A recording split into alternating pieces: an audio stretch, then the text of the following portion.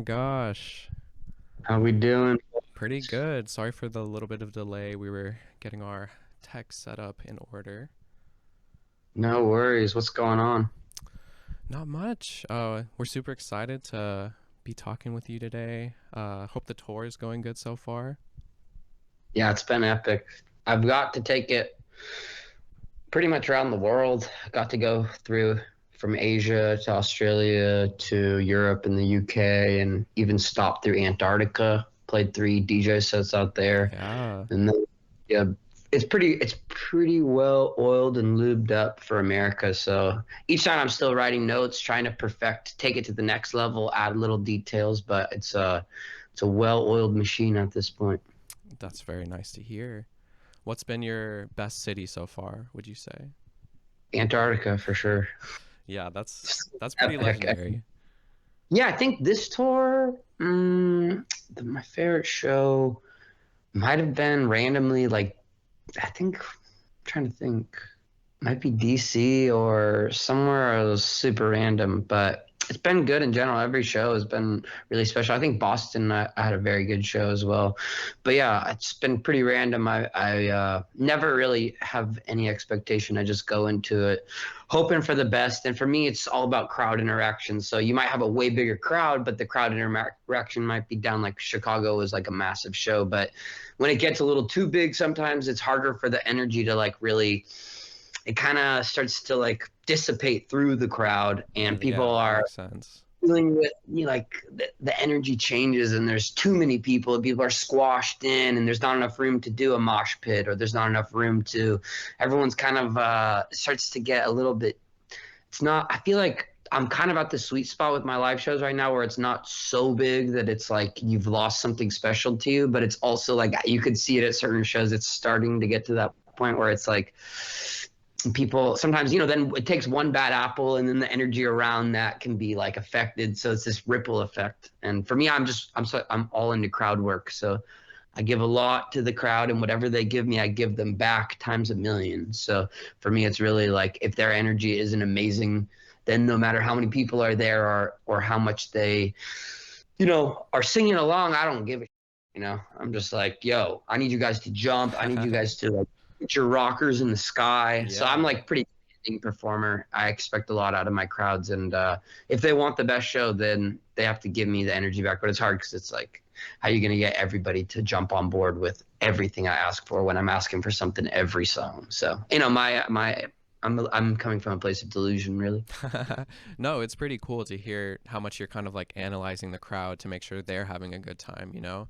So, And you put so much I effort mean, it into gets to the point where I yell at them. I'm like, you lazy son of a the fuck are you doing? I'm leaving if you don't jump on this next one. And I really mean it. Like, I'm like, what the uh, but like New York was an amazing show. And like the crowd, their arms were like amazing, waving back and forth and clapping and doing the things I asked. But when I asked them to jump, these people are fucking lazy. Like Americans in general don't like to jump. Australia, Europe, they go crazy. They jump. In America, they don't really know how to jump mhm. apparently.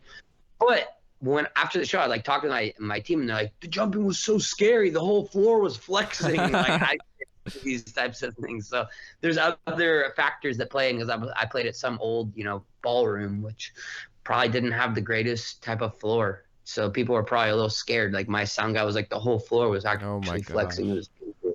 I guess So there's things like that. your end goal is to make the floor actually break. Well, I say that I'm like we're trying to make an earthquake. That's the first Yeah. goal. Second goal is how do we get the floor to break without any casualties? Mhm. It seems like you put so No, but much effort into curating and putting so much creativity into all these shows. I saw in one of your interviews you mentioned you like scripted this out. You have a whole like screenplay. I was wondering like after this tour is up, would that be something that maybe be published like a Childish Gambino because the internet moment, or includes that with his records? Like, would that be in a physical can you tell release? me what that is? Because I'd love to hear what that is. I'm not familiar with. Did he publish a screenplay or it was a book or what was Yeah, it it? was a full screenplay in the because the internet vinyl. He has a whole play that's supposed to be paired with the album, and you can read through it. Some people have performed it. It's pretty interesting read. It's a super awesome concept.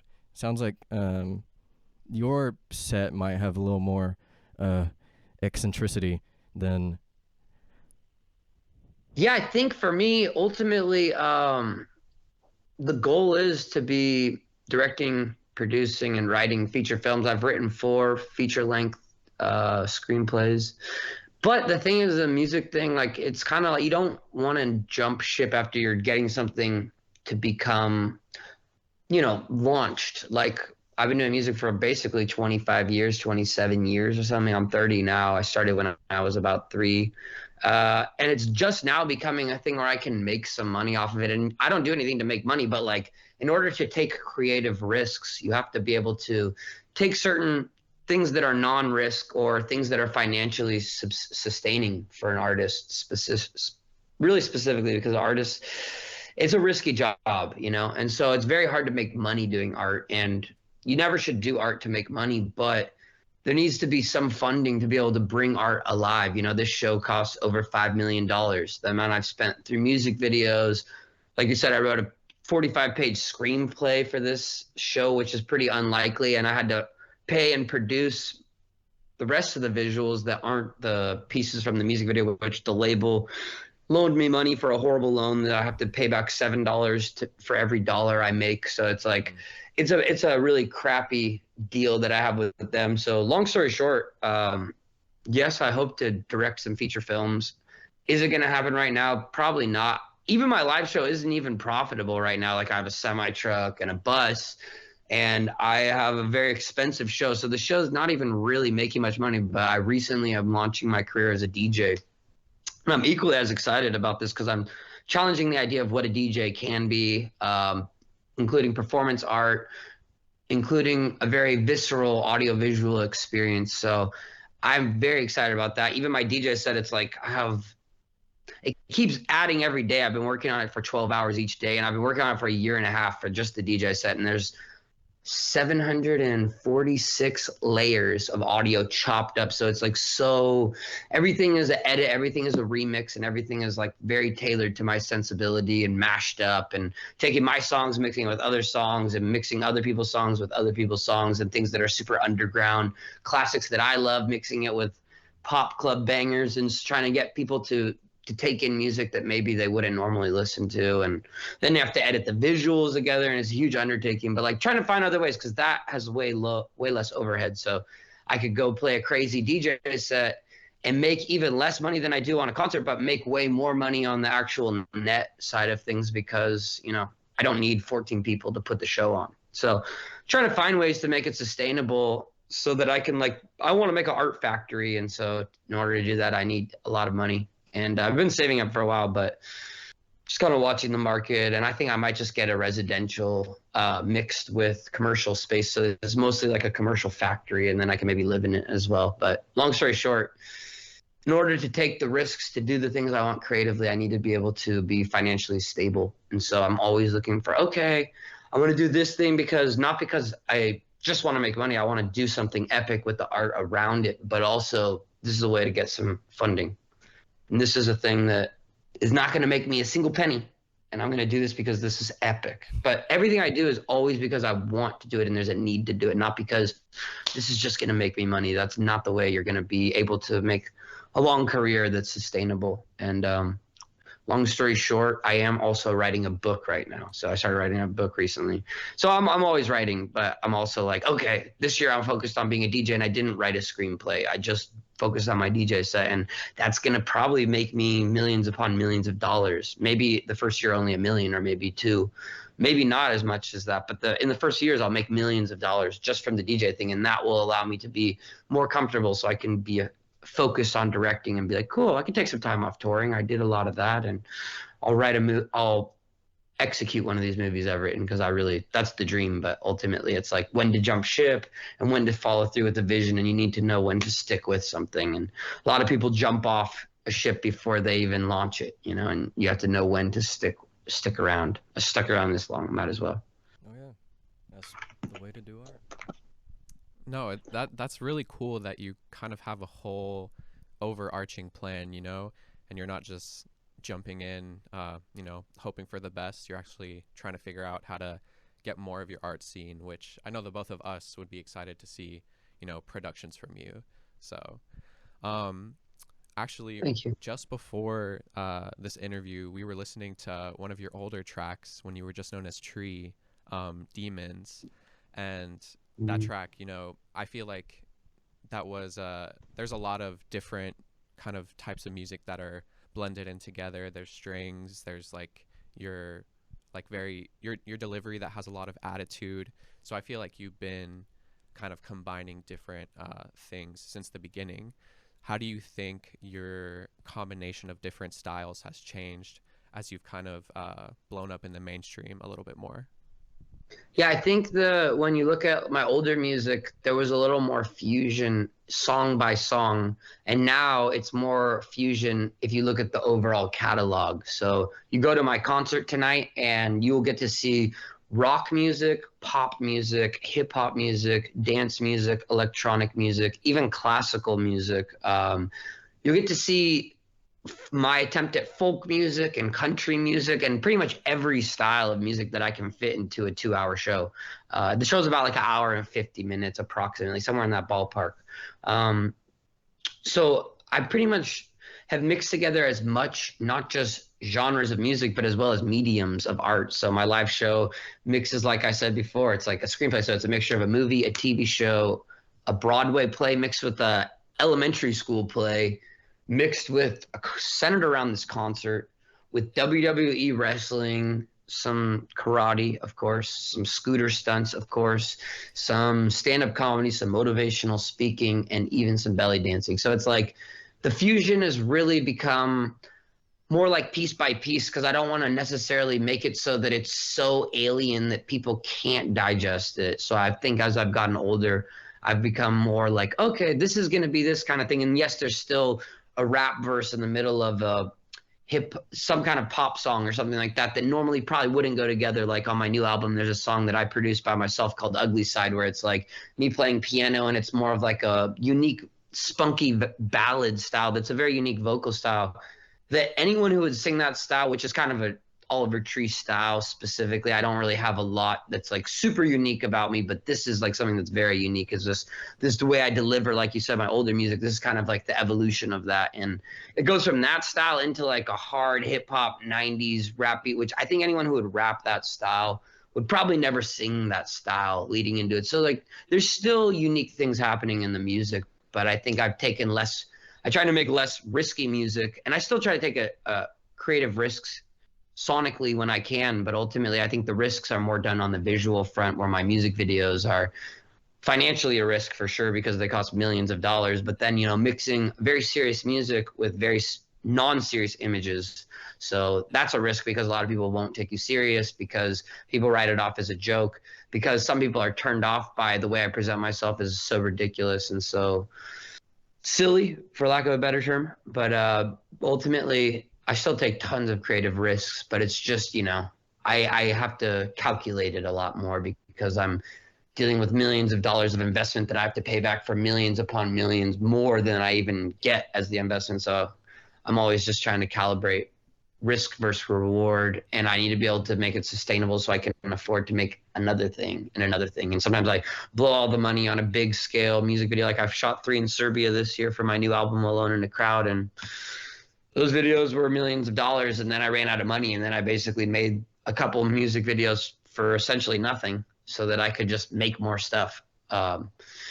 Because I needed visuals. I'm a visual artist, and so I needed to have some stuff. So it's like the bar will sometimes drop really low, but I still was creative and figured out a way to do it and produce it myself so I could put every penny in front of the camera instead of having some producer pocket it and I get nothing on screen.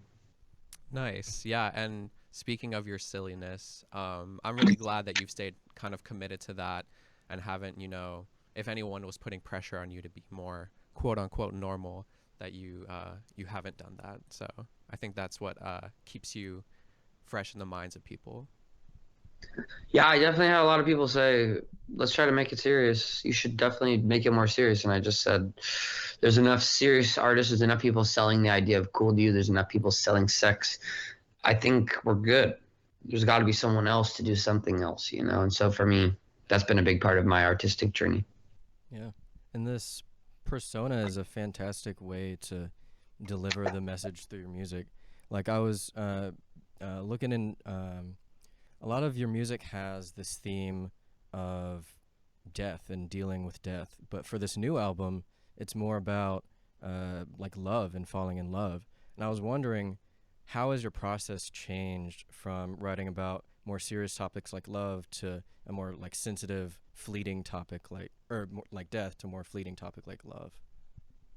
Yeah, I think for me, I just never want to be pigeonholed to do the same thing over and over again. So it's like you talk about the old music with the Tree Project, and like that project, that music, like the song you specifically said, the label I was signed to at the time was like, why don't you make another one of those? And I was like, because I already made that, I don't need to make it again. And so for me, I've always wanted to just try to do as much as possible and try to keep it fresh and different for me as the artist. So like I'm always like remembering to write music when I'm really down in the dumps, when I'm going through something. Music's the friend that's always there when I need it most. So I go to it when I'm in dark places and turn negative energy and yield it into very positive energy, and go to the studio sad and leave the studio very inspired and excited at 6 a.m, jumping around, dancing around, maybe crying, listening to the music that I make because I love it so much, or it's so sincere to what I'm going through at that moment. But you know, I had just come out of making a breakup album, Cowboy Tears, that came before this. And then, you know, I started making the next album, Alone in a Crowd, and it was just pretty dark, and it was all about loneliness. And I was like, I kind of just made a breakup album. Do I really want to make something really that depressing again? And in the process of making this new album, fell in love. And I always forget to document the falling in love. I always remember to document the breakup, the fallout with the partner or your best friends or whatever it may be. And this time around, I was like, I should probably capture this. This is like a special thing that doesn't happen many times in your life necessarily. And so I wanted to try to capsulate it, put it in a bottle, put a bottle cap on it, and try to share it with others. So that was kind of the reason why for me. And it's hard to make something simple good. It's easy to make something complicated. Like the song, the music you referred to back in the day was more complicated, and it's like it's a little more interesting because of that. But it's very hard to make something that's good and catchy and simple. Yeah, simple's hard to make quality that hasn't already been done, because simple is, you know, there's only a few things you can do, and if so much of it's already been done, you kind of push yourself into a hard space. So I think people don't recognize how complicated it is to make a simple song that is good and heartfelt and not been made before. Yeah, for sure. Yeah, I like that you kind of mentioned that that going to a more simplified approach can be more difficult. Would you say that I mean, you have songs that are like huge hits. Would you say that those are kind of some of your most simple songs, you know, trying to hone that really sharp like pop edge? Obviously you include other genres as well, but Yeah, I mean, for me, pop's not really a genre. It's just a short term for popular, you know, and then everyone has their own definition of pop. So for what you might consider pop, like someone might be like pop, like bubblegum pop, like Ariana Grande, or someone might be like pop, like what's popular, like Kendrick Lamar is pop, you know what I mean? Like it's a very like, you know, open broad term, and terms are really loose to begin with. Like the term failure to me is very different than the term failure to someone else, because failure I embrace, and everything I do is a failure except what you're mentioning, these very once in a while change your life level success, multi-platinum songs that will change your life. So what was the question? Sorry. just like your most popular songs, do you think you went into, when you're making those, you went in with a mind of, I'm gonna try to make like a simple banger or something like that? Not necessarily. I never like go into it being like, I'm gonna make the biggest song of my life. It's just like, all right, what am I feeling today? What comes out of me on the instruments, and you know, how does it translate? And then like a song like Life Goes On, you know, which is one of my biggest songs. It's like made it, and it came out 8 years later. And if it would have come out when I made it, people would have slept on it. No one would have cared. And the reason it connected was it finally came out at the right time when people were ready for something like that. So you can never really estimate, like even that song is like, yeah, sure, it's a catchy pop song, but if you listen to the outro, it's pretty out there. It's pretty bizarre for a pop song that's sold millions upon millions of copies. It's like that song is diamond in Brazil, even, which is just 10 times platinum there, which obviously they have a different sales consideration than the US, but this thing is like a huge worldwide hit. And yeah, there's catchy stuff. If you listen to the first 5 seconds of the song, it's like I use my voice as a synth, and it's pretty weird. It's not necessarily a conventional pop song, although it does have a very simplified hook that just says the same word a bunch of times, which is like, yeah, that at the core is like as basic and simple as it gets, but there's actually some pretty weird stuff tied into the mix. So, you know, it's hard to pinpoint anything, but you don't go into it saying I'm going to try to make something this or that necessarily. But, you know, I guess in a way you do approach an album or a body of work saying, okay, how do I refine what I'm doing? How do I dumb it down in a way? Or how do I make it so that it's, you know, how can I make it so a little kid can sing it, or a kid could play the piano in their room or their guitar in their room, and make something that really connects with people and isn't overly attempting to be sophisticated or attempting to be crazy. Because I'm friends with, like, one of my best friends is a jazz pianist, and he's like a shredder, Casey Matson, who's on tour with me. He's like known him since I was 6. And so much of my relationship with him has been like, how do we like take your crazy chops as a jazz pianist and just, how do we just simplify? Let's just one chord, bro. We don't need the diminished 7th chords. We don't need the augmented crazy, you know. It's like, let's reel it back a little. How do we make simple good? And he knows as well as me, it's harder to make something simple good. It's harder to, like, like, and not to say it's not way more complicated to learn how to shred, but like, people are not listening to solos anymore. It's not the space we're in, really. I like that answer. Thank you. Yeah, when on the topic of these hits, I saw that you were very nearly about to overtake Madonna as the most remixed artist. Did you ever reach that milestone? No, not yet. We only have 5 more remixes of the song Miss You, so we can beat Madonna's record. So if anybody's listening to this and they want to remix the song Miss You, we have, I think, 127 remixes. I can't remember if it's 137 or 27. It's been a while, but it's been a lot of remixes of the song, and we're trying to beat Madonna's record. So if anyone wants to lend a hand, remix it for me, thank you. Yeah, that's a wild record. It seems like you are on the forefront of internet marketing. What are your feelings about the, I guess, legitimizing of the sped up and slowed down versions of songs? Like, you released your entire new album as a sped up version. What are your thoughts on that as like a phenomenon nowadays?